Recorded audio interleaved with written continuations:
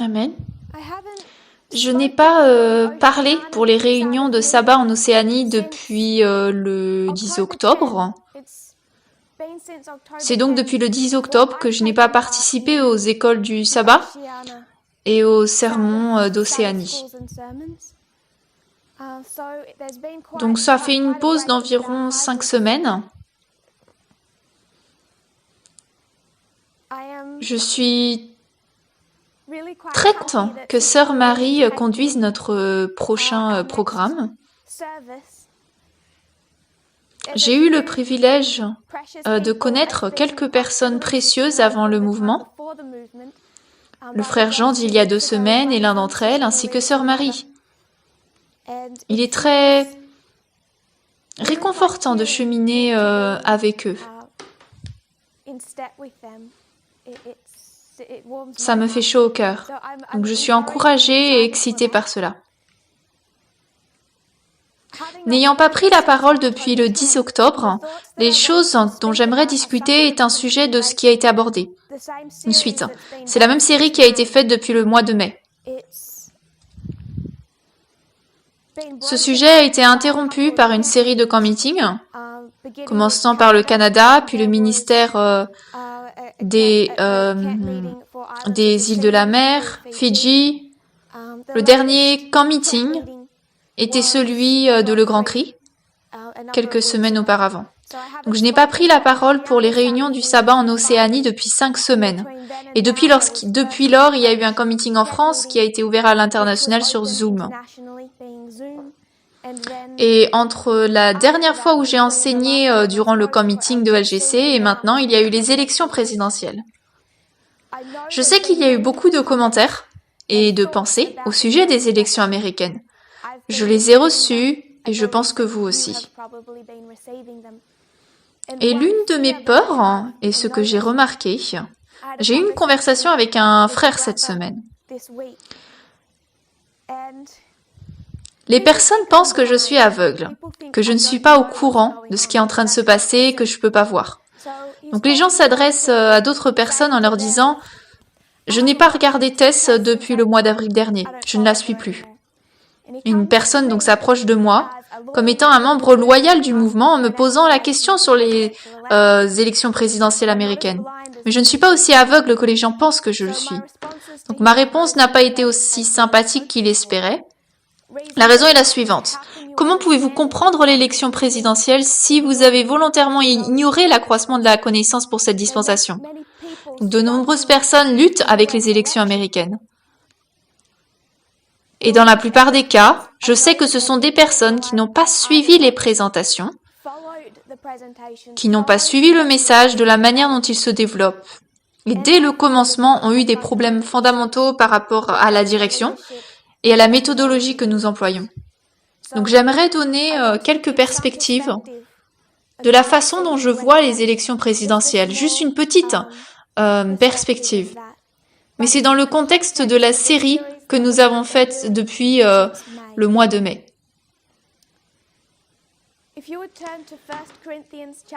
Alors si nous allons dans 1 Corinthiens 13, 1 Corinthiens 13, versets 9 à 11.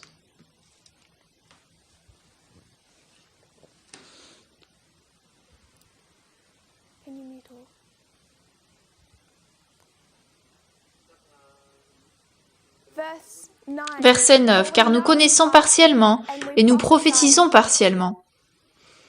Mais quand ce qui est parfait sera venu, alors ce qui est partiel sera supprimé. Quand j'étais un enfant, je parlais comme un enfant, je comprenais comme un enfant, je pensais comme un enfant. Mais lorsque je suis devenu homme, j'ai abandonné les choses enfantines.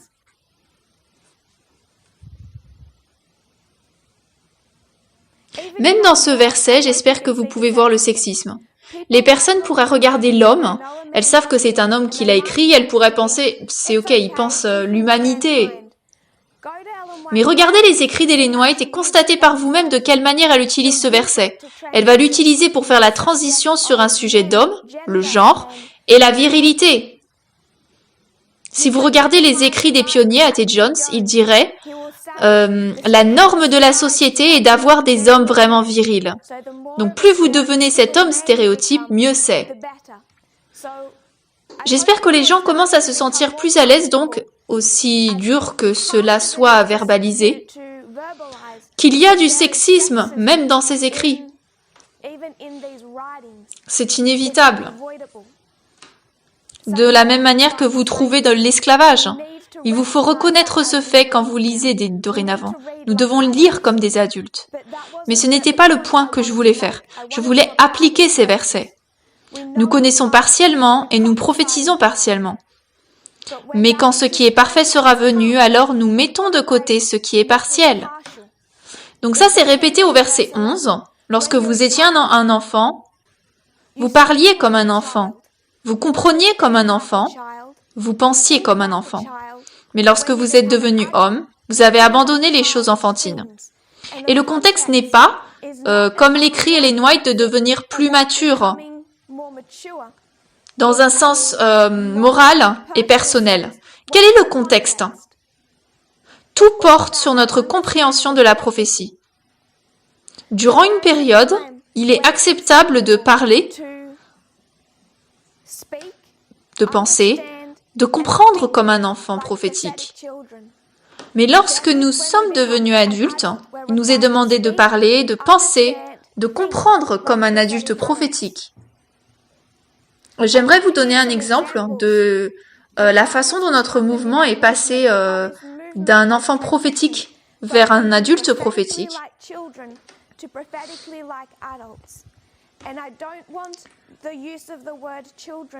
Et je ne voudrais pas que le mot enfant soit dénigré car je n'utilise pas de cette manière. Ce n'est pas quelque chose de mauvais quand un enfant pense comme un enfant. Nous nous attendons à ce qu'un enfant pense comme un enfant. Vous n'essaierez pas de faire qu'un enfant pense comme un adulte. Mais à mesure qu'ils vont grandir, les attentes qu'on a d'eux mûrissent. Alors nous avons déjà abordé ce sujet quand on a parlé des fractales et tout au long du camp meeting d'Océanie. Mais j'aimerais que nous regardions en arrière pour savoir à quel moment nous avons fait cette transition de penser prophétiquement comme un enfant à prophétiquement comme un adulte. Lorsque je suis allée en Arkansas, en septembre-octobre 2018,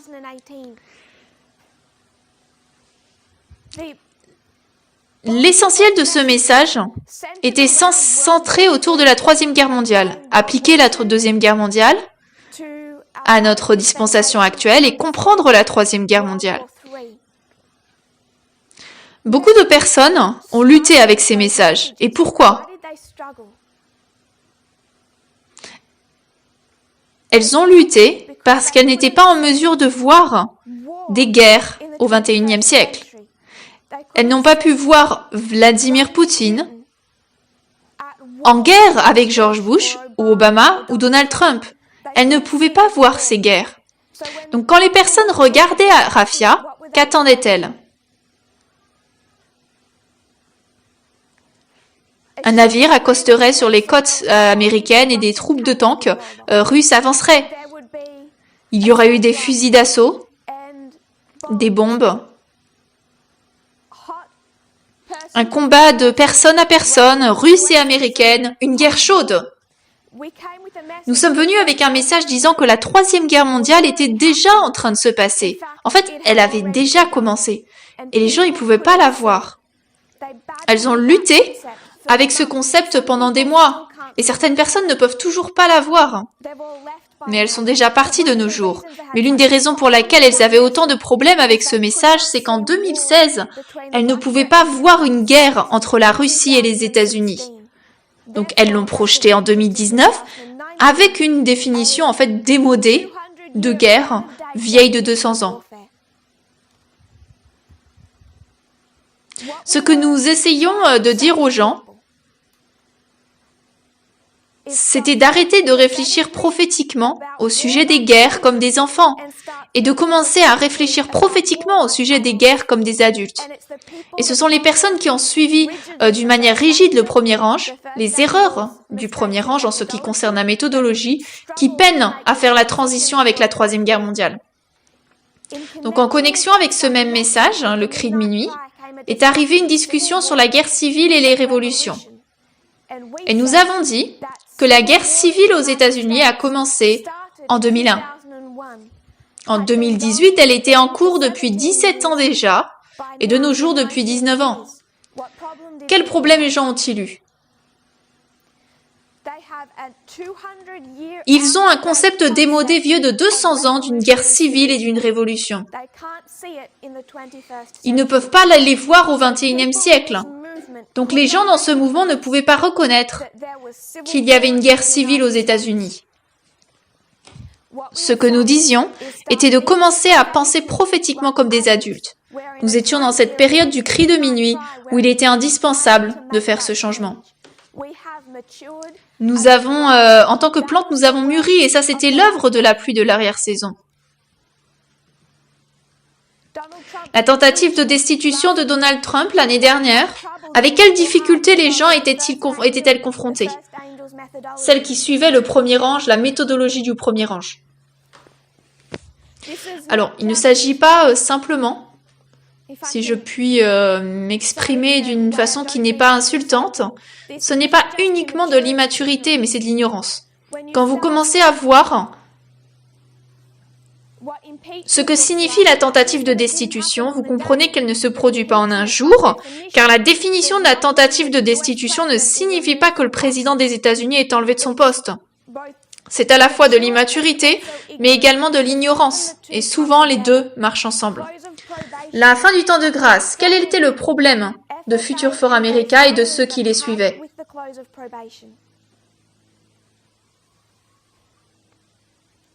C'était l'idée selon laquelle Michael se lèvera, l'intercession se terminera pour la prêtrise.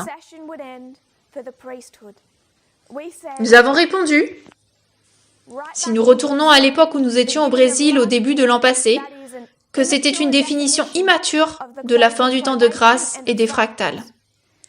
Future for America n'a pas pu faire la transition qui consiste à réfléchir prophétiquement comme des enfants vers une réflexion prophétique d'adultes. Et l'étude du dernier président, je suggérerais, est le dernier obstacle majeur que ce mouvement maintenait, comme étant une réflexion prophétique semblable à celle des enfants. En 2016, quand ce message est arrivé, il a été particulièrement conduit par le premier ange. Et ce que les personnes ont fait, elles ont pris en fait cette étude, qui a peut-être une certaine validité. Je ne suis pas prête à dire le pourcentage de validité que cette étude contient. Elles ont vu qu'il y avait quelque chose de vraiment spécial dans le président élu en 2016 aux États-Unis. Elles ont vu que ce président était particulier. Mais au lieu de regarder aux caractéristiques spécifiques prophétiques en tant qu'adultes, elles ont pris une perspective enfantine et démodée de cette étude, que je suggère que vous ne verrez même pas vous-même dans cette étude. Existe-t-il quelque chose de spécial dans la présidence de Donald Trump? Oui, je pense que quoi qu'il arrivera dans le futur, nous regarderons à son élection, à sa présidence, comme étant les causes de ses effets. De la même manière que l'élection de 1844 était le point tournant, cette élection américaine. Donald Trump représente dans cette histoire le candidat démocrate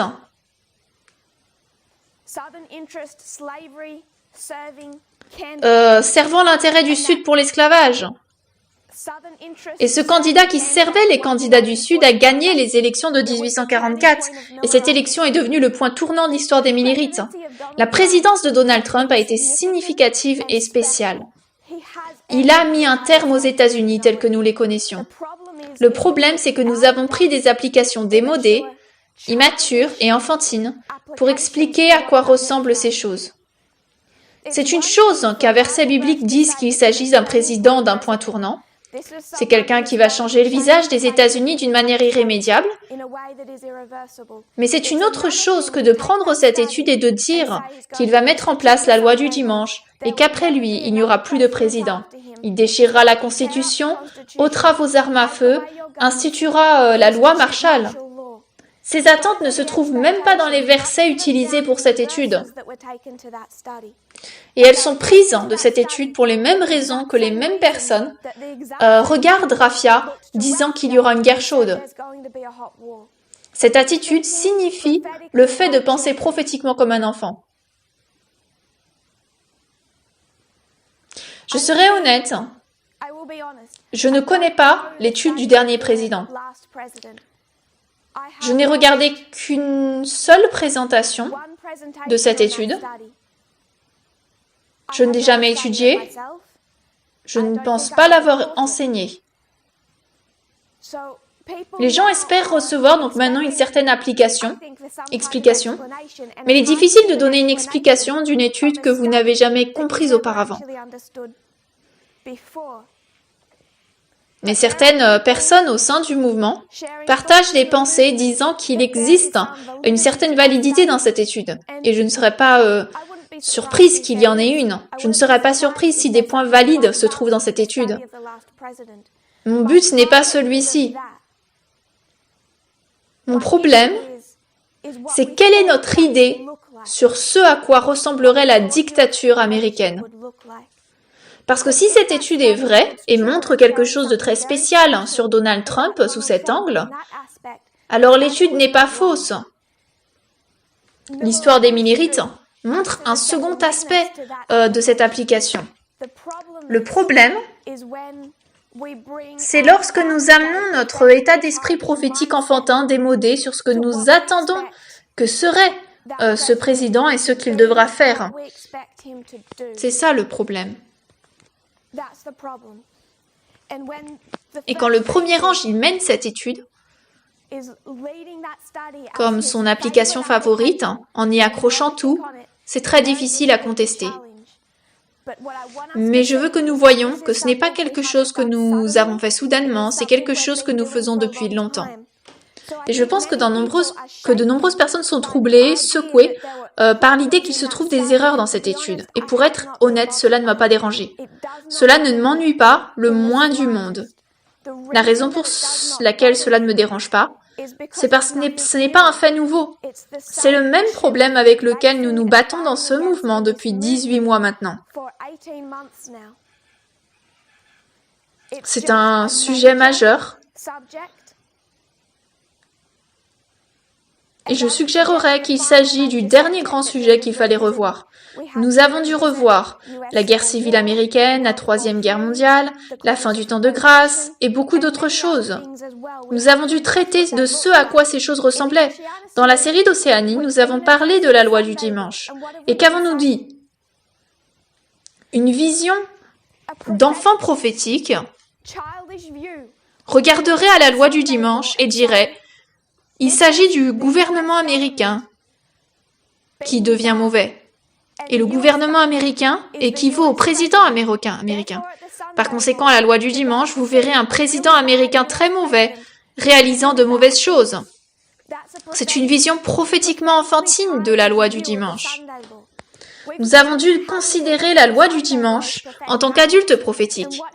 Et qu'est-ce que cela a changé à notre message? D'une certaine mesure, les personnes pourraient dire que cette vision prophétique complique le sujet, mais ce n'est pas forcément plus compliqué. Cela rend le message d'autant plus parfait. Maintenant, nous voyons les trois branches du gouvernement américain, la branche législative, judiciaire et exécutive. À travers qui le dragon parle-t-il et les noix dit-elle? Les branches législatives et judiciaires. Elle ne mentionne pas la branche exécutive. Donc nous avons regardé comme des adultes prophétiques à la loi du dimanche et en faisant cette démarche, cela ne rend pas les choses simples et je changerai le mot simple par enfantin. En 2014, qui détient le pouvoir aux États-Unis? Un enfant prophétique dirait Barack Obama. C'est pour cette raison qu'ils ont regardé à l'Obamacare comme étant la loi du dimanche en 2014. Il s'agit là d'une vision enfantine. La loi du dimanche en 2014 doit venir d'un président, et le président c'est Obama. Et les démocrates sont mauvais, l'Obamacare a été imposé. Par conséquent, Obama a instauré la loi du dimanche en 2014. Mais un adulte prophétique regarderait l'histoire de 2014 et que dirait-il? Mitch McConnell. Il détient le pouvoir au sein des deux branches, législative et judiciaire. Alors, qui a publié une loi du dimanche en 2014? Ce n'est pas le président américain. L'année prochaine, il y aura un second tour d'élection dans l'État de Géorgie pour décider de qui contrôlera le Sénat américain. Peut-être que je me trompe, mais c'est de cette façon que je comprends. Donc, l'équilibre au Sénat, c'est de 50 républicains et 48 démocrates. L'an prochain, donc, il y aura un deuxième tour, car il reste 2 sièges vacants. Donc, si les 2 démocrates gagnent ce deuxième tour en Géorgie, nous aurons un équilibre égal au Sénat de 50 républicains et 50 démocrates. Et lorsque vous avez une majorité au Sénat, c'est le vice-président qui décide du vote. Donc, de ce fait, Kamala Harris peut, par une très courte marge, faire basculer le Sénat dans les mains des démocrates. Donc, rien n'est encore décidé sur qui contrôlera le Sénat durant les 4 prochaines années, mais au moins l'un de ces démocrates en Géorgie, qui postule, est un centriste absolu. Il a voté quasiment pour la grande majorité des projets que Trump a mis en place durant les 4 années de son mandat. Ce n'est pas une victoire progressive. Une personne adulte prophétiquement regardera l'élection de 2020 et ne verra pas une victoire pour le Parti démocrate. Elle ne verra pas une victoire pour la contre-révolution. 74 millions d'Américains ont voté pour Donald Trump. Cela représente un citoyen américain sur 5 dans une élection où tout le monde n'a même pas eu à voter. Je suggérerais que c'est tout à fait immature prophétiquement de regarder cette élection avec cette vision et dire qu'elle change notre message sous quelque forme que ce soit sur qui va contrôler durant les 4 prochaines années et si oui ou non les républicains ont véritablement perdu le pouvoir.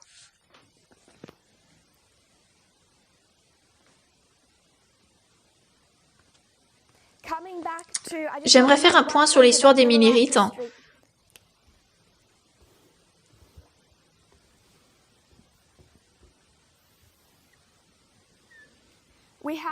Nous avons leur ligne de réforme 1798 à 1863.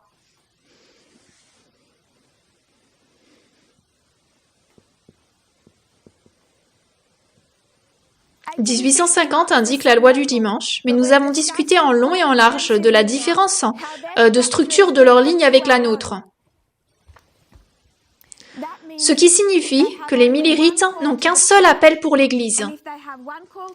Et s'ils n'en ont qu'un seul pour l'Église, quand est le premier avènement pour premier avènement pour le deuxième groupe, second avènement, pardon.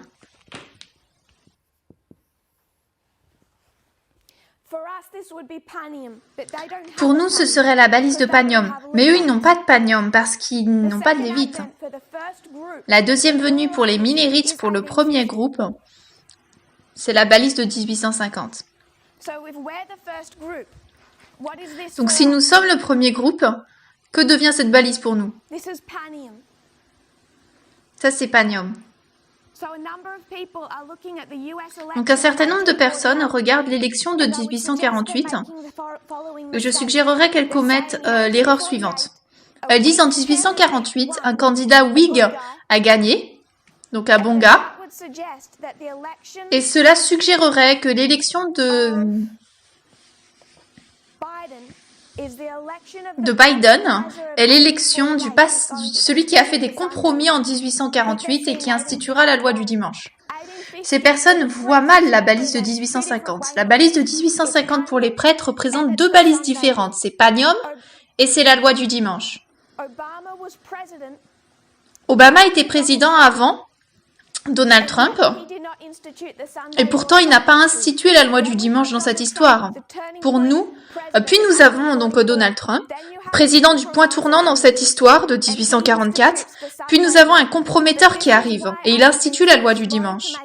C'est précisément pour cette raison que j'ai été aussi lente à faire des applications dans l'histoire des Minérites, car il se trouve des différences entre leurs lignes et les nôtres. Parce que l'histoire des Minérites est une histoire d'échec. Non seulement le compromis de 1850 est un échec, parce que les États du Nord ne pouvaient pas être contraints de mettre la loi en vigueur, mais elle contient également une structure différente. 1850 pour nous représente à la fois la loi du dimanche et Pagnum. Il nous faut savoir dans l'histoire Oméga, duquel il est parlé. Biden est le président pour Pagnum, et cela ne signifie pas qu'il est le président pour la loi du dimanche. Parce que 1850, dans le contexte de l'élection de 1848, représente Pagnum pour nous, et non pas la loi du dimanche. Est-ce que c'est logique? À la fin, disons qu'à la fin de 2021, nous allons vers les Lévites. Nous sommes quasiment au mois de décembre et Pagnum ne sera pas au début de l'année 2021. Donc, sans préciser de date, à la fin de 2021, nous irons vers les Lévites. Donc, fin 2021, fin de 2022, fin de 2023, fin de 2024. Notre moisson est une petite période de 2 ans. À quelle vitesse l'année s'est-elle écoulée comparée aux peu de choses que nous avons réalisées? Disons que nous œuvrons en faveur des Lévites durant 3 années. C'est assez court, ça. Hein. Puis arrive la loi du dimanche, et vous avez déjà une nouvelle élection américaine. Biden ne va pas se représenter pour un second mandat. Il l'a déjà annoncé. Et même s'il le fait, je n'aborde pas là le problème d'un point de vue prophétique. Pour être honnête, je parle d'un point de vue logique. La position qu'expérimentera les démocrates après 4 années sans rien faire, comment pensez-vous qu'ils s'en sortiront durant les 4 années? Tous les animateurs de télévision du soir, tous les médias ont travaillé, tous les athlètes noirs ont fait des campagnes. Des manifestations ont eu lieu dans les rues.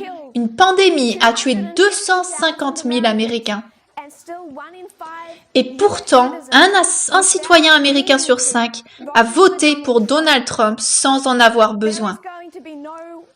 Il n'y aura pas de dictateur méchant et malfaisant à la Maison-Blanche pour rallier les gens dans 4 ans. Il n'y aura pas de grands changements sous Joe Biden qui contenteront et feront la joie des progressistes. Il n'y aura pas de grand miracle économique qui aura lieu aux États-Unis. 4 ans, dans 4 ans, ça sera une élection américaine effrayante. Et Donald Trump, c'est pas la chose la plus effrayante qui pourrait arriver aux États-Unis. Je suggérerais que Ted Cruz devrait effrayer les personnes beaucoup plus que Donald Trump. Il croit en fait à l'agenda évangélique d'extrême droite. Vous pouvez vous demander si Donald Trump y croit ou non. Donc pour répéter, il s'agit de la structure de notre histoire alpha et de toute l'histoire alpha. Vous noterez qu'une différence existe, pas uniquement au sujet de l'échec du compromis de 1850, c'est en effet un échec. Si je peux parler de façon immature, le mauvais parti dans l'histoire des Minérites n'avait pas le pouvoir en 1850 d'imposer la loi du dimanche, le compromis de 1850, la loi des fugitifs en fuite dans les États du Nord. Le fait qu'il y avait un compromis au niveau d'un président est applicable dans notre dispensation, mais je n'ai jamais dit qu'un président démocrate qui fait des compromis promulguera la loi du dimanche. Car nous n'avons pas cette vision prophétique, mais c'est l'une des raisons pour laquelle il s'agit d'une histoire d'échec. Le mauvais parti n'avait pas le degré de puissance dont il avait besoin pour imposer l'acte des esclaves en fuite. Donc lorsque nous regardons aux démocrates aujourd'hui, il est valide et il est important de les voir comme étant le parti du compromis. Mais prendre ce fait et l'appliquer à la loi du dimanche à cause d'une histoire d'échec a toujours été problématique. Séparément à cela, tout d'abord, il est question d'une histoire d'échec, mais mettons cela de côté. La date de 1850 représente pour nous, les prêtres, deux balises. La loi du dimanche et Panium. Mais comme nous avons cette différence dans les structures pour les histoires alpha, ils n'ont pas une deuxième moisson pour l'Église. Par conséquent, les Minérites n'ont pas la balise de Panium. Quand vous enlevez Panium dans l'histoire des Minérites, le deuxième avènement pour le premier groupe s'aligne avec la balise de 1850. Donc Panium est représenté pour nous par la même balise qui symbolise dans l'histoire des Minérites la loi du dimanche, soit 1850. Est-ce que cela a du sens, frère Curtis? Vous avez une histoire d'échec qui signifie que le mauvais parti n'a pas suffisamment de puissance pour mettre en place la loi, qui est la cause directe de la guerre civile. Parce que les sudistes se sont sentis trompés de ce que cette loi n'ait pas été appliquée. Séparés de ce fait, nous avons une différence de structure qui fait que 1850 représente deux balises pour nous, Panium et la loi du dimanche. Là où je vois des erreurs se produire, c'est que certaines personnes pensent que Joe Biden est le président qui fait des compromis de la loi du dimanche. Et je suggérerais que nous prenons deux problèmes d'une histoire d'échec dans une histoire de succès. Premièrement, le niveau de puissance qu'il sera permis au Parti démocrate de posséder. Et deuxièmement, il est le président pour Panium. L'élection de 1848 a élu un Whig, un pacificateur pour 1850, Panium. Mais cela ne signifie pas que Joe Biden est le président pour la loi du dimanche. Dans 4 années, il y aura une autre élection aux États-Unis. J'ignore qui remportera l'élection. Nous avançons vers la formalisation de la loi du dimanche. Nous avons beaucoup à apprendre, mais basé sur le niveau de puissance dont aura besoin le mauvais parti pour imposer la loi du dimanche dans son histoire, basé sur 74 millions d'Américains dans notre histoire, qui malgré tous les efforts par toutes les personnes possibles, y compris certains républicains, pour empêcher la réélection de Trump, incluant 250 000 Américains morts, un citoyen sur 5 a malgré tout voté pour lui.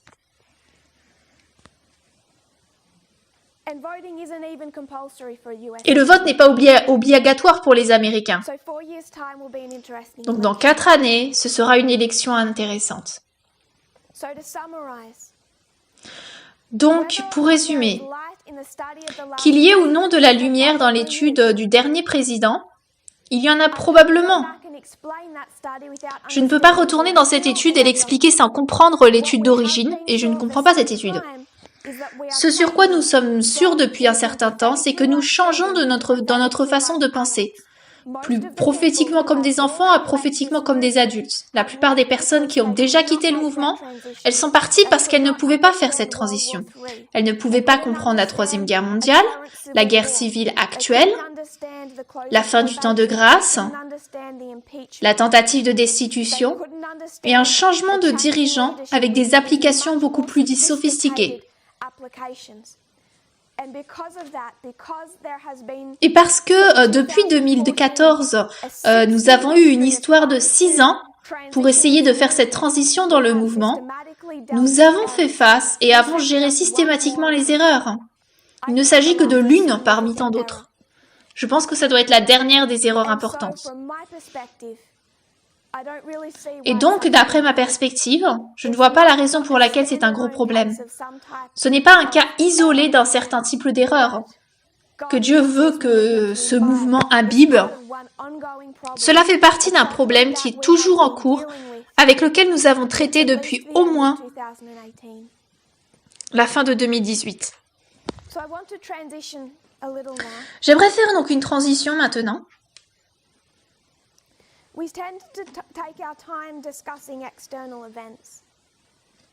Nous avons tendance à passer notre temps à discuter des événements externes, et depuis un certain temps, les gens ont posé des questions sur l'étude du dernier président. Et je comprends. Pour quelle raison? Je comprends la raison pour laquelle cela perturbe, secoue les gens. Parce qu'en effet, une grande partie du focus de cette dernière période de temps, pour de nombreuses personnes, a été les événements externes. Donc je savais qu'en abordant cette étude, il me faudrait discuter des événements externes et des élections américaines. Alors, il n'y a pas le temps d'étude que les gens pensent qu'il y a. Ce temps libre pour étudier n'existe pas dans l'histoire où l'organisation, d'un point de vue prophétique, est la tâche principale à faire en tant que dirigeant. Donc, par conséquent, cette année, depuis le mois d'avril particulièrement, la semaine est très chargée, avec la mise en place de l'organisation, les réponses aux questions, différents sujets, particulièrement avec ce qui touche à l'organisation de ce mouvement. Le jeudi soir, donc, c'est le moment où je panique. Le jeudi soir, le sabbat approche, j'ai pas de notes, je n'ai pas une idée formalisée de ce que je dois dire et donc je commence à paniquer. Ma famille attestera sur ce témoignage. Je crois que je me plains et je quémande de la sympathie à chaque fois. Je suis sûre que je ne suis pas la seule à comprendre ce processus. Et donc jeudi soir de cette semaine, alors que j'essayais de réfléchir sur le sujet à présenter aujourd'hui, sur la manière dont l'articuler et le présenter au peuple, je regardais les élections américaines et j'ai entendu de la part d'une sœur de ce mouvement.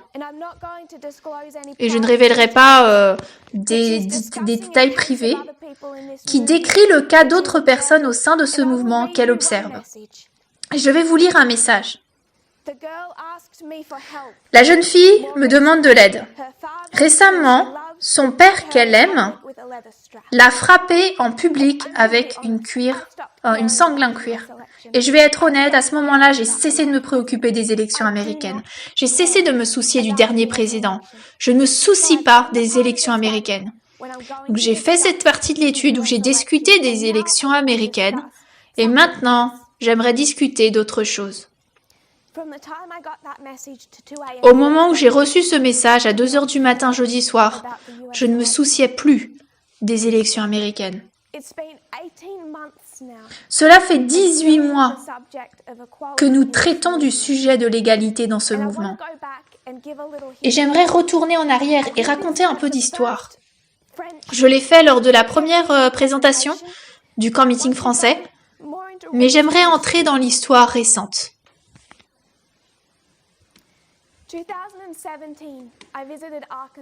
2017, j'ai visité l'Arkansas, l'école des prophètes. J'ai déjà abordé le sujet précédemment. J'en ai parlé auparavant parce que je pense que cela est important, que le sujet du sexisme, d'inégalité, du nationalisme, du racisme a été la force motrice de ma vie depuis le moment où j'ai pu marcher à quatre pattes. Avant ce sujet, j'ai un souvenir, c'est que je rampais. Et quand je suis allée en Arkansas en 2017, il était obligatoire d'aller à Lambert Fellowship, l'église, de prendre le bus et de visiter leur église. Donc je l'ai fait. J'ai visité Lambert Fellowship. Cela m'a pris 2 semaines. Et pour moi, cela était semblable à dire à une personne noire d'aller dans une église ségrégationniste. La façon dont les femmes étaient traitées, le nombre de femmes autorisées à être en chair, qui depuis longtemps à cette époque étaient considérées comme 0, ce n'était pas quelque chose qui m'a fallu des semaines pour le découvrir. Je l'ai découvert en quelques jours. Et tout ce que je devais faire était de penser que quelque chose ne va pas et n'est pas bien. Et je suis allée visiter leur chaîne YouTube, j'ai fait défiler les vidéos et ce n'était pas difficile à voir. Donc j'ai commencé cette pratique. Je prenais le bus à Lambert Fellowship, je passais les portes, Je rencontrais des personnes charmantes et gentilles. Je rencontrais des femmes fortes que j'admirais et que j'admire encore. Des femmes fortes qui ne faisaient pas partie de la clique. Et j'écoutais les 15 premières minutes du programme. Parfois, une femme prenait la parole durant cette session. Le message le plus profond que j'ai entendu à l'Amber Fellowship était celui de Cathy McGrath et il ne lui a été donné que 15 minutes. Puis l'école du sabbat commençait. Elle était vide d'informations prophétiques, elle était toujours menée par un homme et je partais. Je partais m'asseoir dans la voiture. J'ai fait cela à l'école du sabbat et au culte, semaine après semaine. Quelques personnes l'ont noté, mais personne n'en comprenait la raison. Je n'ai entendu que très peu de choses présentées à l'école du sabbat ou durant le sermon à l'Amber Fellowship, parce que j'étais semblable à une personne noire dans une église ségrégationniste. Quand j'ai présenté à la fin de 2018, j'ai présenté le sujet de la Deuxième Guerre mondiale et de la ligne contrefaite. D'où pensait-il que j'avais étudié ces sujets? Je les ai étudiés dans la voiture, à l'Amber Fellowship, quand j'avais de l'espace. La raison pour laquelle j'introduis ce sujet, ce n'est pas uniquement en raison avec l'Amber Fellowship, mais aussi le camp meeting. Je suis sortie de la cuisine un jour et je suis allée écouter la présentation de l'ancien Jeff. Je suis arrivée en retard et j'avais le sentiment que ce serait dur pour moi. Je me suis assise durant la présentation et donc j'avais pas le contexte de ce qu'il était en train de dire. Mais je vais le citer directement. Il y a trop de femmes fortes dans ce mouvement. Fin de citation. Je suis partie. Il existe une femme forte dans ce mouvement que je connais depuis que j'ai commencé ici. Et cette femme est ma mère. Donc je sais que quand il disait qu'il se trouvait trop de femmes fortes dans le mouvement, je savais aussi de qui il faisait référence. Et il n'y avait pas que qu'elle. Il se trouvait des femmes âgées à l'Amber Fellowship qu'il considérerait comme étant des femmes fortes et n'aurait pas aimé. Mais c'était pour moi comme être dans une église ségrégationniste. Mon problème est le suivant. Je ne m'adresse pas à la génération plus âgée, ni à la génération du milieu. Cette présentation n'est pas pour elle. Cette présentation n'est pas pour FFA ou l'ancien Jeff, pour les personnes âgées ou de la génération du milieu qui soit toléraient, acceptaient ou luttaient contre le sexisme dans cet environnement. Mon problème, c'est avec les jeunes de ce mouvement. Et il ne s'agit pas d'Arkansas. Ces personnes qui ont assisté à cette école, à cette église, sont venues de chaque coin de ce mouvement. Sont venues du Brésil, de France, de la Roumanie, de l'Allemagne, de l'Australie et plusieurs autres pays en dehors de ce listé. Elles ont été dans cette école et dans ces camps meetings et à l'église. Et ce que je ne pouvais pas comprendre, c'est la raison pour laquelle je marchais à travers une mer, non pas de personnes âgées, mais de jeunes aveugles. Ce que je ne pouvais pas comprendre est la raison pour laquelle je marchais parmi une mer de jeunes gens aveugles. 35, 30, 25 ans, 20 ans, 18 ans, aveugles.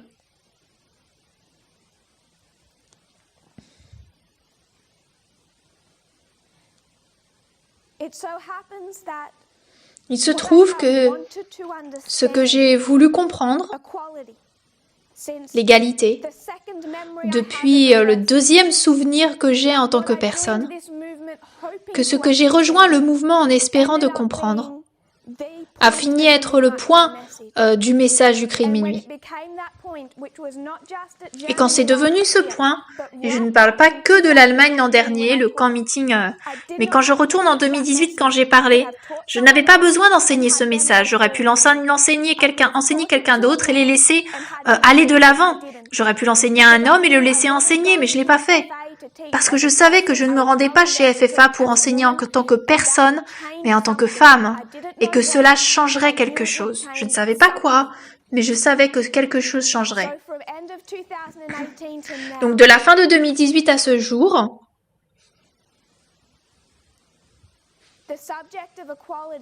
Le sujet de l'égalité a été présenté à la vue du mouvement d'une manière qui est devenue visible de plus en plus.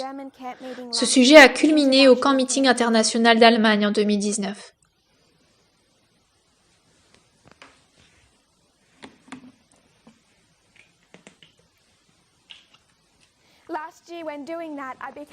L'an dernier, en prêchant ce message, j'ai été impopulaire avec au moins 50% des gens de ce mouvement. Et en bons termes avec 50% environ des gens. Il y a eu beaucoup de relations personnelles étroites, quelque chose que j'ai aimé et apprécié. Mais j'ai ce problème au sein de cette dispensation. Si nous retournons dans la ligne de Christ, et aujourd'hui tout le monde est en mesure de dire ensemble, car tout le monde le comprend, est-ce que les disciples avaient compris l'égalité avant la croix? Comprenaient-ils la nature du royaume avant la croix? Non. Dans cette dispensation de la croix à la fin des 40 jours, l'ont-ils compris? Pas vraiment. Cela leur a pris du temps à comprendre la nature du royaume. Tout cela prend beaucoup de temps pour le mouvement de comprendre l'égalité. Et le problème que j'ai, alors que je pensais marcher parmi une mer de personnes aveugles, il y a de cela 2 ou 3 ans, je pensais qu'aujourd'hui les choses avaient changé. Et elles n'ont pas changé en grande partie. Particulièrement avec les jeunes. Les personnes qui ont soutenu, qui ne voyaient pas la graine profonde du nationalisme et du sexisme dans laquelle FFA et Lambert Fellowship étaient plongés. Je pense que les mêmes jeunes pensent ce qui suit aujourd'hui. Ils comprennent l'égalité, ils l'ont compris à cette période, avant la croix. Et la raison pour laquelle c'est un problème, et que les gens ne comprennent pas l'égalité dans cette histoire, c'est parce que tous ces dirigeants, ces personnes âgées de la génération du milieu conservatrice ne l'ont pas encore réglé. Et je pense que les jeunes se sentent en sécurité, qu'ils sont bons et que ce n'est que les personnes âgées qui doivent régler leurs problèmes. Et les jeunes pensent que toutes ces personnes homophobes doivent vivre avec leur temps et régler l'homosexualité et gérer l'homophobie. Nous avons déjà dit assez clairement là où nous nous situons en tant que mouvement par rapport à l'homophobie. Maintenant, nous travaillons sur les détails. Les personnes qui n'arrivent pas à gérer leur homophobie, elles sont déjà hors du mouvement, mais elles ne le savent pas encore. Ce test est déjà arrivé. Maintenant, il ne s'agit que de détails. Ce sont les jeunes qui étaient aveugles avant et qui le sont maintenant. Et c'est ce avec quoi je lutte. Quand j'ai eu ce message jeudi soir, et que j'ai lu jusqu'à 2 heures du matin, la personne en charge de cette localité, c'est une jeune personne. Et les personnes qui excusent cet abus ne sont pas la génération du milieu ou celle qui est plus âgée. Quand une personne a un régime alimentaire constitué essentiellement de malbouffe, durant 15, 20, 25, 30 ans, elle ne peut pas voir à quoi ressemble une nourriture saine. Donc quand quelqu'un l'approche et lui dit « Vous ne pouvez pas vivre en consommant de la malbouffe sur McDo et du sucre », voici un régime alimentaire sain. Si quelqu'un vous le dit, si quelqu'un me le dit, est-ce que je deviens en bonne santé à ce moment? Non. Je suis toujours en désordre total. Cela requiert des efforts, de l'exercice, la nutrition, le soleil, l'eau, l'air, peut-être des médicaments. Peut-être vous faudra-t-il vous rendre chez un docteur. Cela requiert des efforts pour remettre chaque cellule dans le corps. Et ce n'est pas que les personnes âgées. Certaines, grâce à l'expérience de la vie, ont appris à quoi ressemble l'égalité. Certaines ont été blessées par le nationalisme et le sexisme. Certaines le comprennent beaucoup mieux que les jeunes. Mais je ne pense pas que les jeunes réalisent qu'ils sont construits avec des cellules dans leur corps. Chaque pensée dans leur cerveau selon un état d'esprit conservateur, social, républicain, sexiste, nationaliste. J'ai lutté avec cet état d'esprit il y a 2 ou 3 ans chez Future for America, quand des jeunes en provenance du Brésil, de la Roumanie, de l'Allemagne, de l'Australie et de la France ont séjourné là-bas. Et ce n'est pas dans tous les cas. J'ai vu des sœurs, sœur Tamina, qui étaient en rébellion contre la plupart de ces pratiques. Mais la vaste majorité des jeunes étaient aveugles.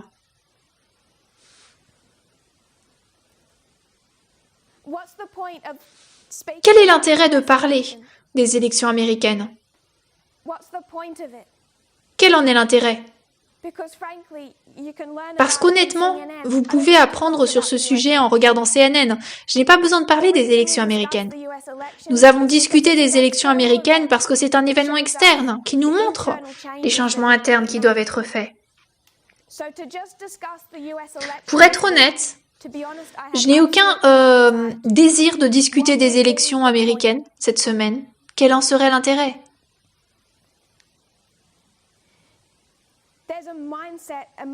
Il existe une mentalité parmi les jeunes dans ce mouvement, comme quoi pour autant qu'ils ont accepté la consécration des femmes en tant qu'anciens maintenant, ils sont contents car ils peuvent porter des pantalons. Nombreux d'entre eux ont embrassé le sujet de l'homosexualité qui a été introduit à l'intérieur du mouvement. Ils pensent qu'ils ont fait tout le désapprentissage nécessaire et ils attendent que leurs leaders, leurs parents, les adultes de ce mouvement se ressaisissent. Le problème, ce sont les échecs que je vois systématiquement parmi les jeunes. Et cela se voit encore et encore. Quel est le problème? Quand nous étions des enfants, tout va bien au niveau de l'égalité. Quand je ciblais Future for America, quand en Guadeloupe, en Zimbabwe, au Brésil, en Allemagne, je dirigeais la lumière sur le sexisme, le nationalisme de l'ancien Jeff, de Future for America, de leur vision du monde. Et lorsque j'ai fait cela, je pense que les personnes ont cru qu'ils avaient compris le sujet de l'égalité, qu'ils avaient compris le point. Je pense qu'ils ont compris l'égalité comme des enfants. Le problème dans cette dispensation, c'est que nous voyons à quel point le sujet est profond, à quel point il est imbibé profondément. Et le simple fait d'accepter les pantalons, la consécration des femmes et de ne pas être homophobe, ce n'est pas le genre de restructuration que les jeunes doivent faire. Quand il y a un cas d'abus physique, ou sexuel, ou mental, au sein de ce mouvement, ces mêmes jeunes disent « J'ai hâte que le sujet de l'homosexualité soit présenté. » Mais ce cas d'abus, elle l'a cherché. Elle l'a irrité. Elle l'a fait marcher jusqu'à ce qu'il la frappe. Pourquoi est-ce que vous le puniriez? C'est pas juste. Il faut punir les deux. Elle était irritante. Ils divorcent parce qu'elle ne comprend pas comment gérer l'argent. Elle gaspillait trop de leur argent. C'est vrai, oui, il est abusif, mais ça va des deux côtés. Ne le punis pas, ce n'est pas la liberté, ce n'est pas l'égalité. Nous n'aimons pas cela. Et ils sont de plus en plus en désaccord avec les décisions que l'ancien Parminder et moi, ainsi que d'autres personnes prennent au sein de ce mouvement. Et mon problème, c'est qu'il s'agit de la même cécité que j'ai abordée depuis le début. L'abuseur est dépressif. Il a eu une enfance difficile. Pourquoi ne laisses-tu pas les choses dans le passé? Tu pardonnes et tu oublies. Donne-lui une autre chance. Le message de l'égalité et de la liberté, ça ne crée pas un mouvement où les dirigeants punissent les gens. Mais je vais objecter. L'égalité fait ses actions.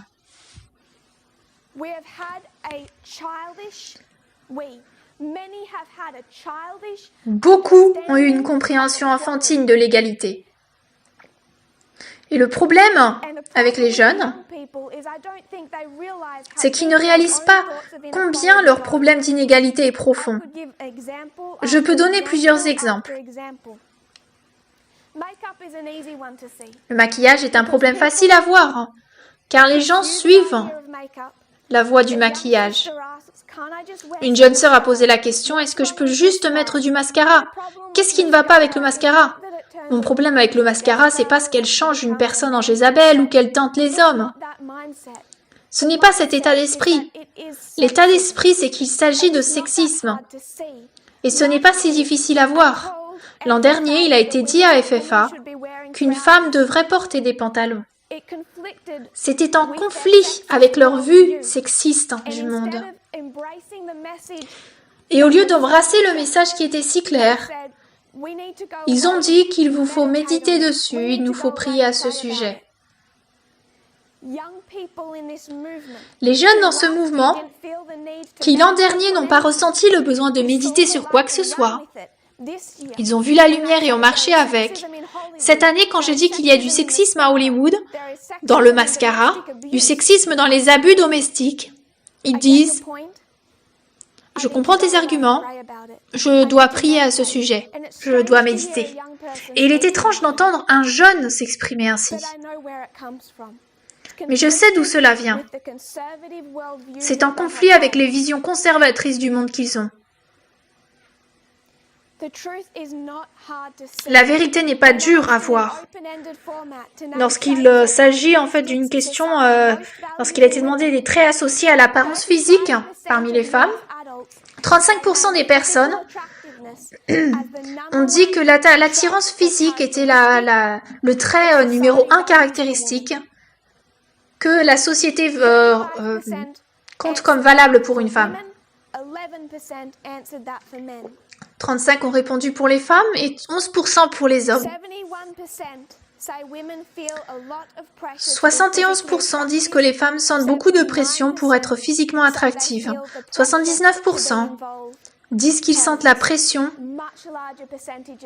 pour les parents. Donc beaucoup plus grande pression pour les femmes. D'où vient cette volonté d'améliorer le standard de beauté d'une femme? Un homme se regarde-t-il dans le miroir et ressent-il une insécurité profonde quant à la longueur de ses cils? Pourquoi est-ce que c'est quelque chose qui est appliqué aux femmes? Les imperfections, les défauts, la longueur de leurs jambes, si elles sont trop grandes ou pas assez minces. D'où est-ce que cela vient? Il n'est pas difficile de constater que c'est du sexisme. Nous avons beaucoup discuté de la deuxième vague du féminisme. Il y en a 3 particulières, première, deuxième et troisième vague du féminisme. Dans la vision prophétique, c'est la deuxième vague du féminisme qui est soulignée. C'est durant la deuxième vague du féminisme que la femme ne considérait pas les stéréotypes de beauté de son pays. Elle a laissé tomber ses bijoux, le maquillage, elle a abandonné ses stéréotypes et la réaction a été négative. Car les femmes ont craint que si elles s'écartaient de ces choses, elles seraient vues comme des radicales. Et elles n'ont pas voulu être identifiées à des féministes radicales. Et donc elles ont embrassé le maquillage et le bijou et ont essayé d'intégrer ces choses dans le féminisme. Elles ont eu peur d'être rejetées par la société, humiliées, critiquées, ou pire même ignorées. Les femmes venaient d'intégrer donc la force ouvrière et elles ont senti la pression, dans un environnement déjà sexiste, de trouver de la reconnaissance, pour ne pas être négligées, d'essayer d'aller de l'avant. Et la seconde vague de féminisme, alors qu'elle appelait les femmes à rejeter les standards de beauté, à s'éloigner du maquillage, des bijoux, de tout ce qui a été imposé aux femmes, elle en a rendu certaines effrayées. Elles n'ont pas voulu être considérées comme des féministes radicales. Ce n'est pas une coïncidence que la prophétie nous soit soulignée dans la deuxième vague du féminisme. 1989. Le cas judiciaire sur la discrimination du genre. C'est en 1989 quand la Cour suprême a appliqué le Civil Rights Act pour les femmes et les discriminations du genre. Price Waterhouse versus Hopkins. Donc en 1978, Madame Hopkins a rejoint les bureaux à Washington de l'ancienne Price Waterhouse, un cabinet comptable. Elle était, au dire de tous, l'une des meilleures consultantes en gestion de l'entreprise. Elle a développé des systèmes informatiques pour les clients et a été responsable de l'obtention du contrat le plus lucratif de la société, un projet avec le département d'État d'une valeur de 44 millions de dollars. Le service d'évaluation des emplois l'a reconnue comme une travailleuse acharnée et l'une des meilleures. En 1982, elle était la seule femme parmi les 88 candidats au partenariat de Price Waterhouse, qui était alors l'un des 8 grands cabinets comptables du pays. Elle a été rejetée. Il lui a été dit que les raisons il y avait peu à voir par rapport à la qualité de son travail. Quelqu'un a dit soit vous aimez Anne, soit vous étiez intimidé en tout point par elle. Un patron masculin sympathisant, qui l'avait recommandé pour la promotion, a expliqué que la hiérarchie dans l'entreprise pensait qu'elle devait marcher de façon plus féminine, parler de façon plus féminine, s'habiller de façon plus féminine, se maquiller, être coiffée et porter des bijoux. Je la cite. « Je me demande ce qui se serait passé si j'étais devenue une associée durant ces années perdues. » Elle a écrit dans ses mémoires en 1996. La seconde vague du féminisme, d'un point de vue prophétique, traite des attentes en matière de beauté mises en place par la société, par Hollywood aux femmes. Price Waterhouse versus Hopkins, 1989, expliqué dans ses mémoires. 1996, formalisation du message. Les normes de beauté, maquillage, les bijoux, les pressions exercées sur les femmes pour qu'elles atteignent la perfection physique et les moyens qu'elles prennent pour y parvenir, l'insécurité qui les pousse à le faire, les attentes sociales qui les conduisent à agir ainsi, font autant partie de ce message d'égalité que la consécration des femmes et le pantalon. Et les gens qui poursuivent ces choses en disant « tous pour l'homosexualité, laissez-moi porter du mascara ». Quand on arrive à un point de crise dans ce mouvement et qu'il y a un cas d'abus, il y a un problème. Ils démontrent toujours qu'ils n'ont pas accepté l'égalité. Parce que ces choses, prophétiquement, nous devrions être en mesure de le voir logiquement, sont incorporées dans le sexisme. Et c'est beaucoup plus que le sexisme, c'est le nationalisme. Parce que ce sont les cultures qui imposent et poussent ces stéréotypes dans la société. Dans ce mouvement, il y avait 2 pays qui possédaient une école. Donc des écoles principales qui ont été les écoles phares au sein de ce mouvement durant un certain temps déjà, à savoir les États-Unis et le Brésil. 2 pays, si vous pouvez penser à un dictateur d'extrême droite, conservateur social, ce sont Trump et Bolsonaro. Les États-Unis et le Brésil, vous pouvez comparer et contraster à maintes reprises, sur plusieurs niveaux, les États-Unis et le Brésil. Les 2 premiers pays pour la chirurgie plastique dans le monde, les États-Unis et le Brésil. Le problème, c'est que les gens ont embrassé aussi leur culture et ces standards de beauté pour lesquels les femmes particulièrement ressentent la pression.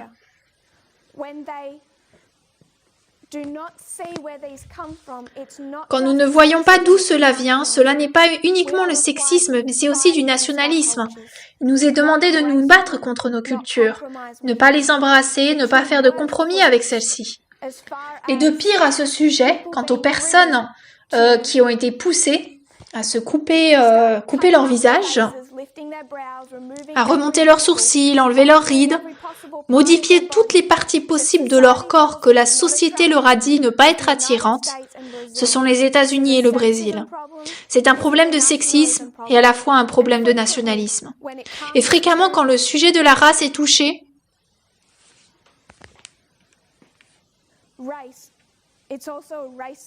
nous disons qu'il s'agit aussi d'un problème racial.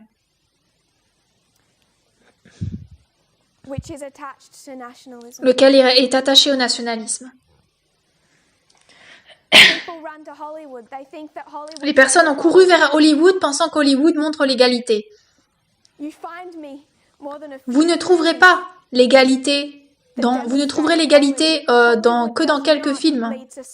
Hollywood ne conduit pas la société vers l'égalité. Cela reflète ce que la société veut voir, parce qu'elle veut voir des films.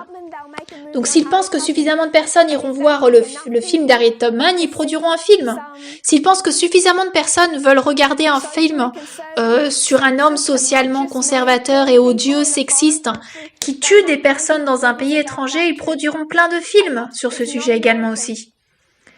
J'ai regardé cette animation qui n'est pas américaine. Il y a de cela quelques temps. Ils en avaient fait un en 2010. Je crois que celle-ci était dans les années 2016. C'était un pays étranger. Mais il y avait ce dessin animé pour les enfants, avec des animaux. Vous avez des petits chiens.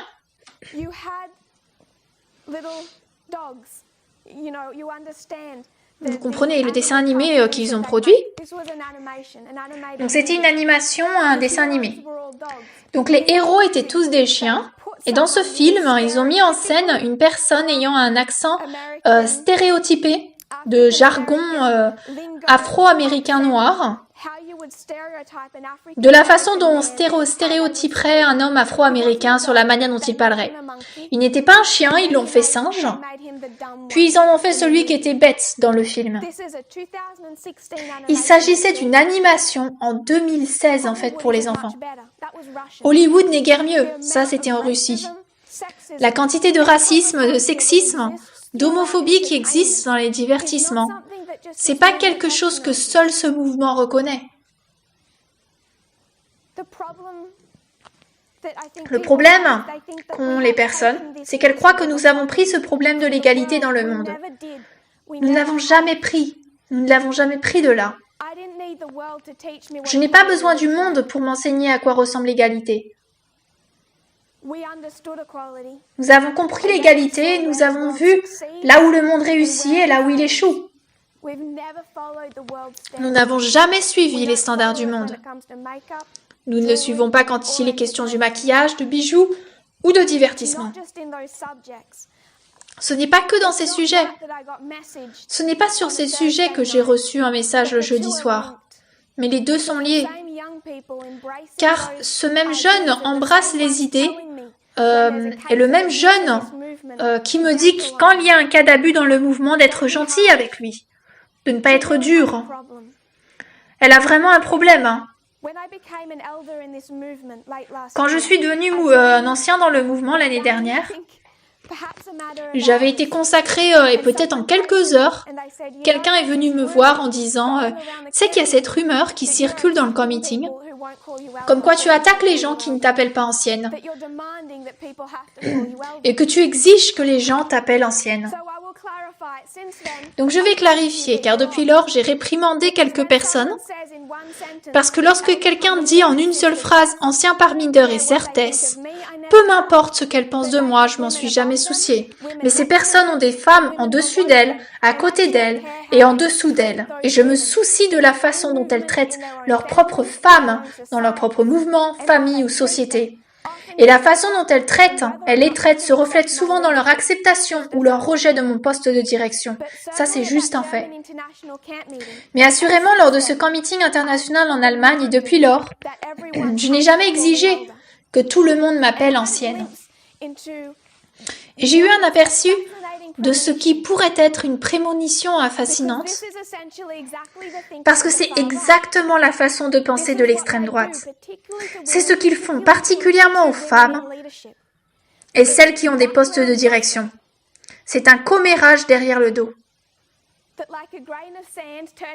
Comme un grain de sable qui se transforme en une perle vraiment pas belle, elle s'enroule autour de la mésinformation, de la désinformation, jusqu'à ce qu'elle se transforme en théorie de conspiration. Et cette théorie de conspiration est conçue pour détruire les gens. Et le problème que j'ai, c'est que les jeunes dans ce mouvement, les jeunes qui il y a 3 ans étaient aveugles et maintenant pensent voir, sont ceux qui suivent les républicains d'extrême droite dans leur practice pratique, quand nous nous touchons à la façon dont ils traitent les femmes de pouvoir, s'il est question de s'ils peuvent être dirigés par des femmes, le respect, quand nous parlons de la manière dont ils voient les abus dans le mouvement, s'ils le couvrent ou pas, s'ils ont une réponse appropriée face à cet abus. Et cela se reflète quand nous parlons d'égalité, d'Hollywood, de maquillage. Mais c'est un aspect d'un problème beaucoup plus grand. Il ne s'agit pas du fait que les jeunes ont compris l'égalité avant le 9 novembre et ensuite ces disciples âgés ont juste besoin d'être traînés après eux. Ce n'est pas ce qui s'est passé. Le problème, c'est les jeunes. C'était l'aveuglement il y a quelques années et c'est toujours le cas aujourd'hui. Et avec cet aveuglement, arrive un échec à identifier la cause à l'effet. J'ai presque 30 ans d'observation pour voir de quelle manière l'égalité fonctionne dans la société et au sein de l'adventisme. Depuis le jour où je suis entrée dans ce mouvement, c'est-à-dire en entendant un Marc Bruce entier incroyablement sexiste, qui ne pouvait même pas me parler, enseigner. Cela ne m'a pas enseigné de joindre, mais j'ai observé le sexisme dans ce mouvement.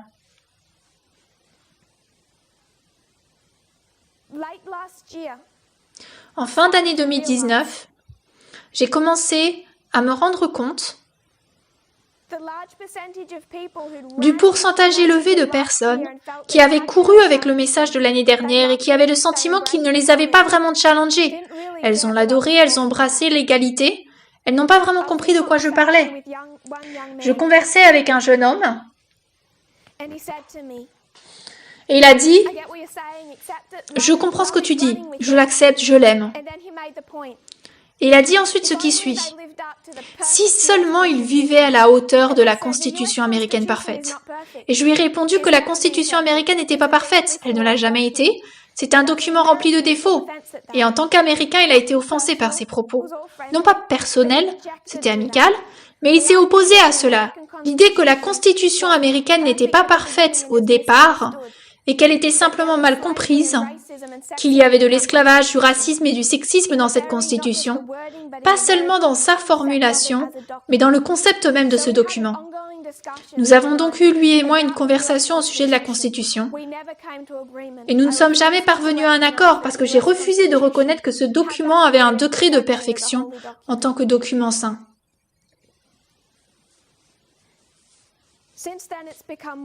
Et depuis lors, ce sujet est devenu un problème. J'ai réalisé qu'à l'époque, en fait, j'espérais que cela ne se mettrait pas entre nous, mais cela a été le cas.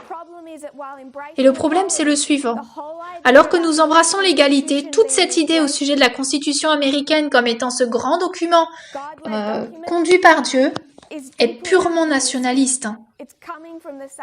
C'est tiré du même endroit.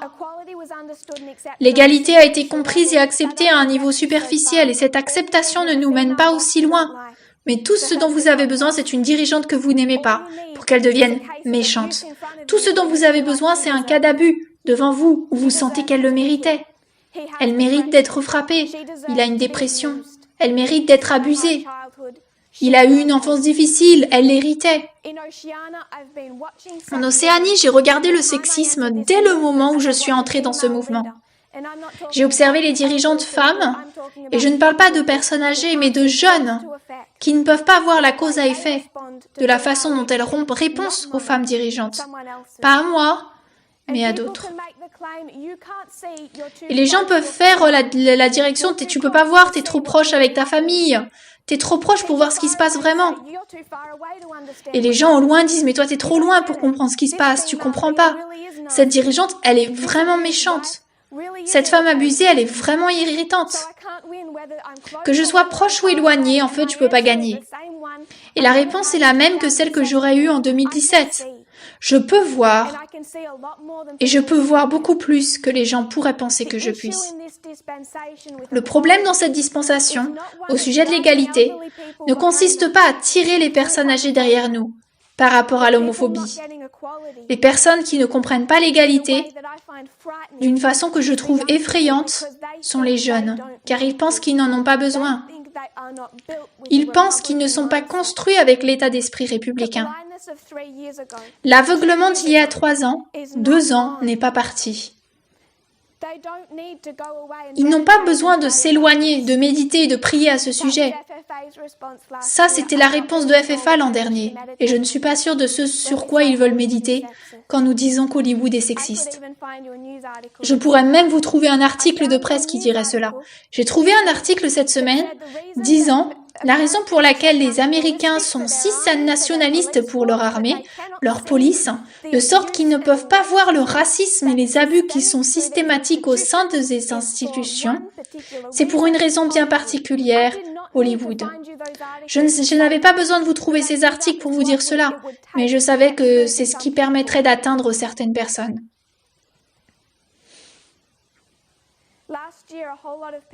L'année dernière, un grand groupe de personnes a quitté le mouvement. Elles sont parties parce qu'elles pensaient que ce que je représentais allait à l'encontre de leur vision du monde, de l'ordre naturel des choses. Elles sont parties parce qu'elles n'aimaient pas être corrigées par une jeune femme. Elles se sont senties ciblées, irrespectées, mal comprises.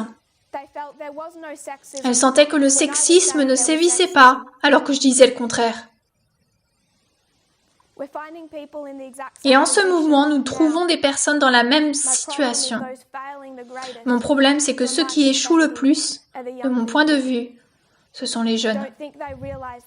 Je ne pense pas qu'ils se rendent compte du niveau ou du degré de rééducation et de repentance qui doit avoir lieu. L'égalité n'est pas un message qui n'est là que pour redresser les personnes âgées. Souvent, les personnes âgées ont eu suffisamment d'expérience avec le racisme et le sexisme pour comprendre le message plus facilement que certains jeunes.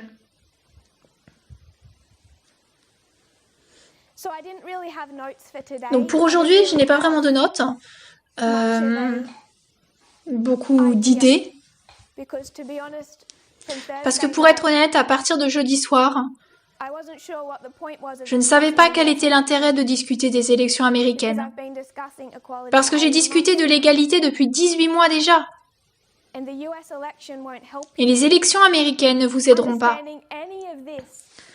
La compréhension de toutes ces lignes ne vous aidera pas, à moins d'être en mesure de regarder en interne et de voir le sexisme, le racisme, le nationalisme, pas uniquement en nous, mais également chez nos amis.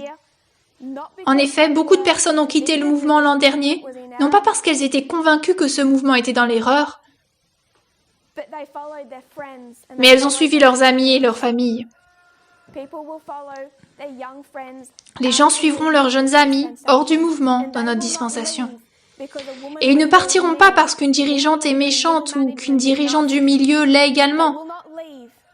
Ils ne partiront pas parce que nous ne comprenons pas correctement l'organisation. Ils partiront parce qu'ils n'ont jamais compris l'égalité. Et ce sont les mêmes raisons pour lesquelles FFA est parti auparavant. Si vous vous sentez ciblé, non respecté, mal compris, imaginez comment l'ancien Jeff a pu se sentir. Mais je n'ai pas tort, pas sur ce sujet et pas maintenant. Je n'ai pas commencé ce travail pour gagner de l'argent. Ça marche pas. J'ai pas fait ce travail pour être populaire, ça fonctionne pas non plus. Mais je suis beaucoup moins populaire cette année que je n'étais l'an passé. Parce que le message, lorsqu'il est compris comme un adulte, cible un plus grand nombre de personnes. Là, il ne s'agit pas que de FFA. Donc je ne suis pas venue dans le mouvement pour être populaire.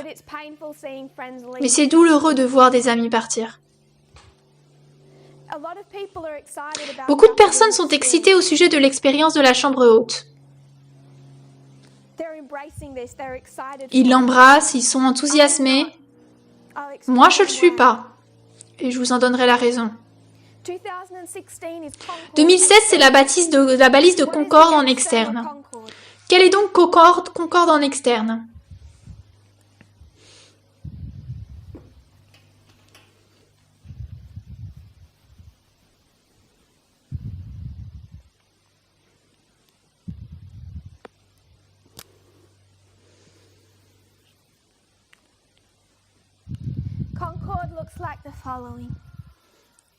Concorde ressemble à la chose suivante.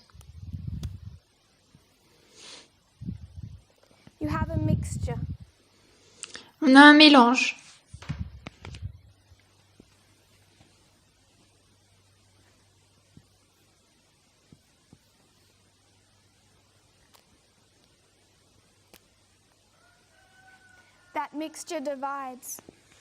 Ce mélange divise.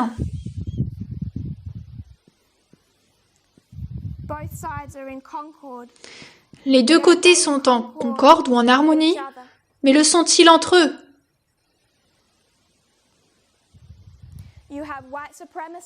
D'un côté, nous avons les suprémacistes blancs et Black Lives Matter. Est-ce que les suprémacistes blancs sont en harmonie avec Black Lives Matter? Non. Ils sont en harmonie avec leur propre groupe spécifique. Ça, c'est 2016. Trump n'est pas en accord avec Hillary Clinton. À la place, vous avez deux côtés distincts. 2020, c'est concorde. Qu'avez-vous? George Floyd. Avez-vous les blancs suprémacistes et Black Lives Matter qui se mettent en accord? Non. Nous avons deux côtés distincts et manifestés. Les suprémacistes blancs et Black Lives Matter. L'unité à concorde semble être quelque chose de merveilleux, mais c'est très douloureux parce que l'unité vient par la séparation. Concorde, 2016, 2020, c'est une séparation entre deux côtés. L'expérience de la chambre haute est la même chose. L'unité vient à travers la séparation, à travers l'évangile éternel, à travers la division. Donc je ne suis pas sûre de savoir sur quoi porte l'enthousiasme des gens au sujet de la chambre haute. L'unité entre un petit groupe de personnes est une chose merveilleuse, mais la séparation est douloureuse. C'est une raison pour laquelle, depuis un certain temps, je ne suis pas extrêmement enthousiaste vis-à-vis de ce processus. Donc l'une des raisons, la raison pour laquelle nous avons des divisions dans ce mouvement, dans cette histoire, c'est parce que nous nous avançons de la formalisation du message, alors que nous nous préparons à faire notre œuvre. La raison pour laquelle le mouvement diminue et deviendra les 300, c'est dû à la division entre ceux qui comprennent et peuvent voir et ceux qui ne comprennent pas et sont aveugles. Ceux qui acceptent l'égalité et ceux qui pensent que c'est en conflit avec leur vision du monde. Ceux qui veulent se mettre du côté de la vérité de ceux qui veulent suivre leurs amis. L'égalité n'a pas été comprise.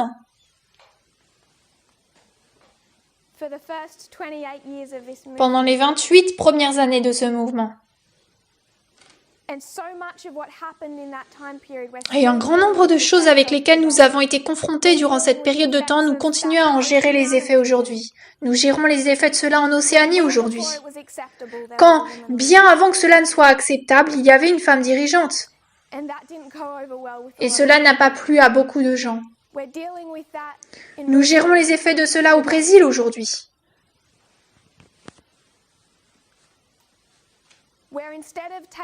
Où au lieu de porter les problèmes à l'attention des dirigeants, les choses deviennent des commérages, puis de la mésinformation, s'enroulant autour de la désinformation, se développant en théorie de conspiration, destinée à détruire la réputation d'une femme.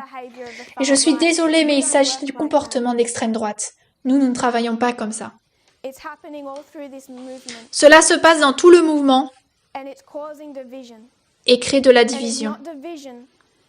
Et cette division n'est pas au niveau personnel, mais c'est au niveau de l'égalité. Les personnes qui pensent qu'elles peuvent voir, mais sont aveugles. Et mon objectif, ma cible, ce n'est pas Future for America, ils se sont ciblés l'an dernier, ils sont partis. Mon espoir, c'est que les jeunes se réveillent face au danger dans lequel ils se trouvent. Nous avons beaucoup de travail à faire. Pouvez-vous imaginer la quantité de travail que nous avons à faire dans le monde? Nous ne prenons pas que la compréhension externe et prophétique. Retournez au camp meeting de France. Tant de vérités ont été partagées, même dans ce que j'ai enseigné, dont je ne m'en souviens plus. Mais je sais que tout s'est mis en place de la façon dont Dieu le souhaitait.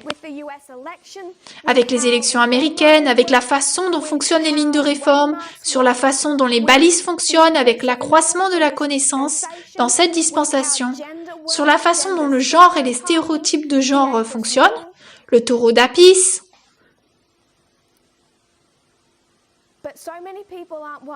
Et pourtant, tant de personnes ne regardent pas et sont piégées par les femmes méchantes, par la direction qui veut punir des hommes abusifs. Elles sont piégées par le maquillage ou les bijoux. Elles doivent voir le sexisme et le nationalisme qui sont sous-jacents à ces questions. Nous apporterons un message profond au monde quand nous y irons. Notre centre d'intérêt, c'est d'être prêt pour ce moment. Et avec cet échec à comprendre l'inégalité, cet échec chez les jeunes de comprendre leur propre sexisme et nationalisme imbibé avec lesquels ils ont été nourris depuis leur naissance, vient avec une sorte d'apathie. Et je ne sais même pas qui fera le travail en 2021. Qui est en fait encore prêt et en feu, préparé à se mettre au travail, parce qu'ils sont distraits.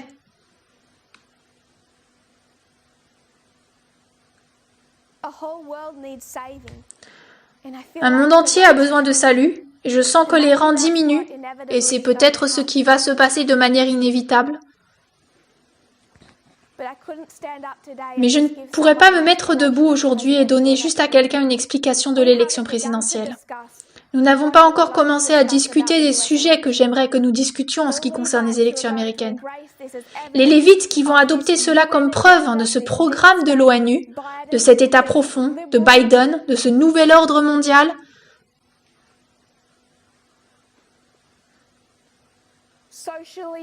socialement libéral, qui va instituer la loi du dimanche. Les Lévites sont sur le point de courir avec ce message et nous devons les contrer. Nous pouvons retracer ces faits durant les 222 années de l'histoire des États-Unis. En 1798 à nos jours, on peut le retracer. Nous pouvons leur prouver quel côté, et non pas Joe Biden, ni les démocrates, ni l'État profond, ni l'ONU, mettra en place la loi du dimanche. Nous devons étudier ces choses, mais à moins que nous ne comprenions l'égalité et que nous ne reprenions en main, que nous suivions et regardons les présentations, et je sais qui n'est pas en ligne, je sais qui n'écoute pas. Mais en tant que mouvement, nous devrions nous ressaisir, car sinon, aucune de ces choses ne les aideront, ni ne les aideront également, ni nous aiderons également. Une partie d'Afrique n'avait aucun problème avec l'égalité jusqu'à ce que nous les visitions et que nous leur disions « Vous voulez l'égalité ? Laissez tomber votre sexisme et votre nationalisme. » L'année dernière, ils ne savaient même pas qu'ils étaient sexistes et nationalistes. Ça ne leur a pas été dit. Et nous avons ciblé le système de la dot. Et soudainement, nous disons « Vous, jeunes gens, pas les adultes. » Et en fait, la plupart des jeunes dans le mouvement se trouvent en Afrique. Votre attachement au système de la dot est enraciné depuis le jour de votre naissance, le sexisme, le nationalisme, la fierté de la culture. Je dirais la même chose pour le Brésil lorsque vous m'avez posé la question sur le maquillage et les bijoux. L'état profond, le sexisme et le nationalisme. Et vous ne pouvez pas avancer si vous n'ouvrez pas vos yeux. Et si vous ne voyez pas les dégâts que le sexisme et le nationalisme continuent de faire aux femmes dans ce pays, aux hommes et aux femmes, que ce soit en Afrique, au Brésil, en Roumanie, en Allemagne ou dans n'importe quel pays, les jeunes ont un problème.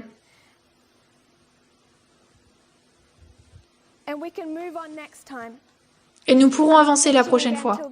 Je ne prêcherai pas avant le 19 décembre. Je sais déjà que des théories de complot vont commencer. C'est un problème de santé, une dépression, peut-être que je suis embarrassée par Biden qui a gagné les élections. Je sais déjà que peu de personnes derrière la scène diront « Rien de tout cela, une raison simple, je ne présente pas avant le 19 décembre. » Et ensuite, j'aimerais vraiment avancer et considérer les 220 dernières années de ce fil conducteur du protestantisme fondamentaliste qui connecte l'esclavage avec le mouvement national pour la loi du dimanche, au mouvement d'amendement constitutionnel via Jerry Falwell et jusqu'à aujourd'hui. Nous pouvons le tracer, nous en avons besoin. Ces événements externes servent un seul but, c'est pour nous changer. Et tant que je recevrai des messages des personnes à l'intérieur du mouvement, comme ça a été le cas jeudi soir, je n'aurai pas trop envie de discuter des événements externes. Je prie que vous me pardonnerez pour cela. Il nous faut voir notre responsabilité individuelle. Ce n'est pas uniquement ma responsabilité pour que cessent ces choses, mais il en est de la vôtre aussi. Et la première chose que vous pourriez faire, c'est d'ouvrir vos yeux. Si vous vous agenouillez avec moi, nous prierons. Cher Père Céleste, Seigneur, ce mouvement a été frappé. Nous avons souffert énormément en tant que mouvement, particulièrement à travers ces 2 dernières années. Les personnes sont fatiguées et épuisées. Mais Seigneur, ouvre nos yeux. Je prie que nous puissions voir comme tu vois, pas selon notre propre culture ni selon notre éducation, non selon nos propres perspectives, non comme le dicte notre sentiment de l'ordre naturel des choses, mais comme tu souhaiterais que nous le voyions. 74 millions d'Américains ont voté pour Donald Trump, car ils pensent que c'est l'ordre naturel des choses, que c'est la vue du monde correcte, que son comportement est acceptable et nécessaire. 74 millions de personnes. Et aujourd'hui, en tant que mouvement, tant de personnes qui ont toujours leurs propres idées de l'ordre naturel des choses, une idée de comment fonctionne ou ne fonctionne pas l'égalité, mais ils ont tort. Et c'est devenu un problème salutaire, à la fois pour eux et ceux qui sont influencés. Seigneur, nous ne voulons pas perdre une seule âme. Cela devient inévitable quand tes messages ne sont pas compris. Ce n'est pas un choix que je peux faire. Mais tu ne souhaites pas qu'ils soient perdus non plus. Seigneur, je prête pour que un réveil se passe dans ce mouvement, qui ouvre les yeux, un changement pour que les gens puissent voir et changer, et réaliser non pas les péchés des plus âgés, non pas les péchés de leurs anciens consacrés, non pas les péchés des dirigeants de leur ministère,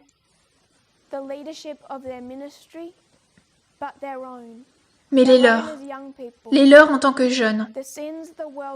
Le péché, c'est leur vision du monde, qui n'a pas besoin d'une petite secousse, mais d'une transformation radicale.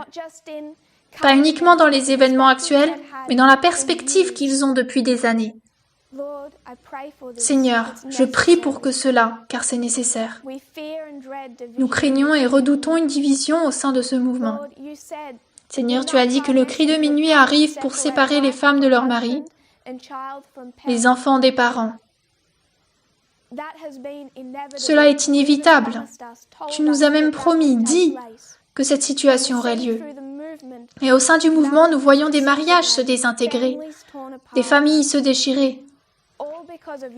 Tout cela à cause de ton message et de ta direction. Tout cela parce que nous adorons le taureau d'Apis, qui nous dit à quoi nous pensons que tu devrais ressembler et donc à quoi nous pensons que ton royaume devrait ressembler. Nous avons tort. Seigneur, cette histoire est une histoire de succès et ce mouvement n'échouera pas. Sur tant de lignes, tu nous dis que nous réussirons. Mais nous ne voulons pas qu'une seule personne n'ait pas cette expérience.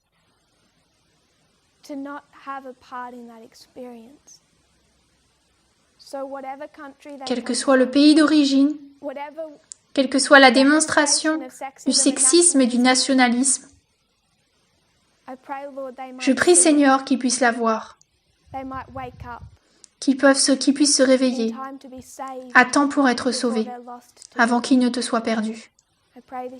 Je prie ces choses dans le nom de Jésus. Amen.